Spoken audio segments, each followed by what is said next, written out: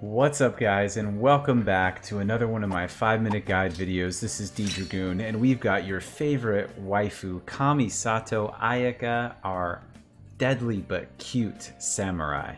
So, how are we going to build Ayaka? Well, it's going to depend on what weapons you have. Ideally, you're going to use her signature weapon, the Mist Splitter.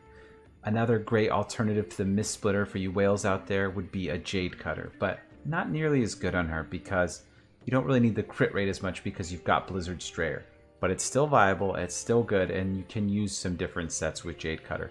Black Sword is a great option for light spenders out there, and don't worry, if you're free to play, you can use the best looking weapon, Anemo Kagayuchi, the actual katana. It's great, it's got attack percent, and it generates energy particles for her burst, which is massively good.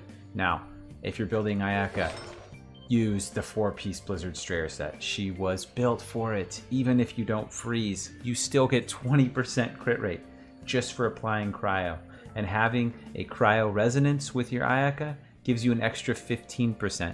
That means you're sitting at 35% crit rate just with an enemy affected by cryo, this set on, and one other cryo member in the party. So it is so good. And if you bring a Hydro in and you manage to freeze enemies, now it's an additional 20% crit rate, which is insane. It's absolutely insane. Blizzard Strayer is exactly where it's at. You're going to want to maximize crit damage because you get so much crit rate and attack percent. ER is okay, so you really want to get that crit damage, that energy recharge, and a little bit of crit rate. You don't want to be without the crit rate, okay? And attack percent too. Elemental Mastery is really useless for her actually because freeze just does not benefit from it at all. So that's just one thing to think about. When you're playing with Ayaka, a lot of times the teams I like to use involve Kazuha. A, because he's a samurai, but B, because he also buffs her cryo damage. There's a lot of variations. One of my favorite teams that's been a classic team is Ayaka, Kazuha, Mona, and Diona.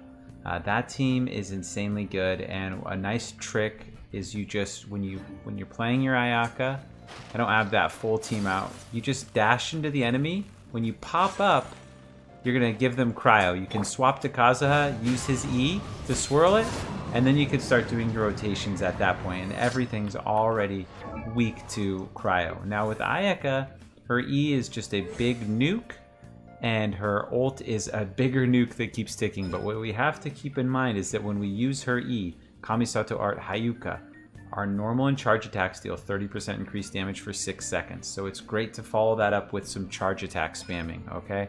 The other thing, when Kamisato Sumetsu hits an opponent, she gains 10 stamina and 18% cryo damage bonus. That's the other reason we start off. Sumetsu is the dash, the cryo dash. That's why we set up with this dash. You're going to be dashing like a mad lad, trying to get your Kawaii samurai in there close cryo and get the 18% cryo damage bonus. This gives you a ton of options to wreck with Constellation Zero. Yeah, C2 is great, C4 is even better, but you don't need these constellations. She wrecks, she absolutely destroys without them. All you need is a team that's comprised of these elements, the Blizzard Strayer set, and any of those weapons we talked about. So if you dash in, you get your 18% cryo bonus.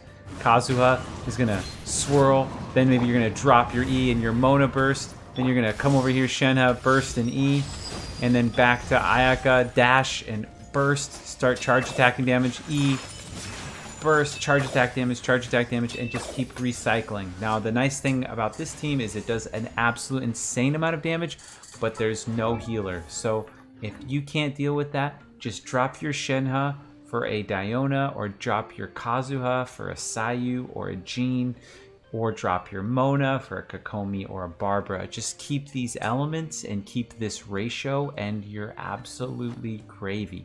It's also possible to just run Ayaka without Hydro, replacing Mona for Diona on this team, and it works just fine. Yes, you don't get the full 40% crit rate damage bonus, but you get a lot more energy particles for Ayaka, and it allows you to have a smoother rotation. Though you don't really need more than 130% ER on Ayaka, I think having 150% is really good. Thanks for tuning in, guys. This has been D Dragoon giving you another 5-minute guide. I hope you learned something about Ayaka.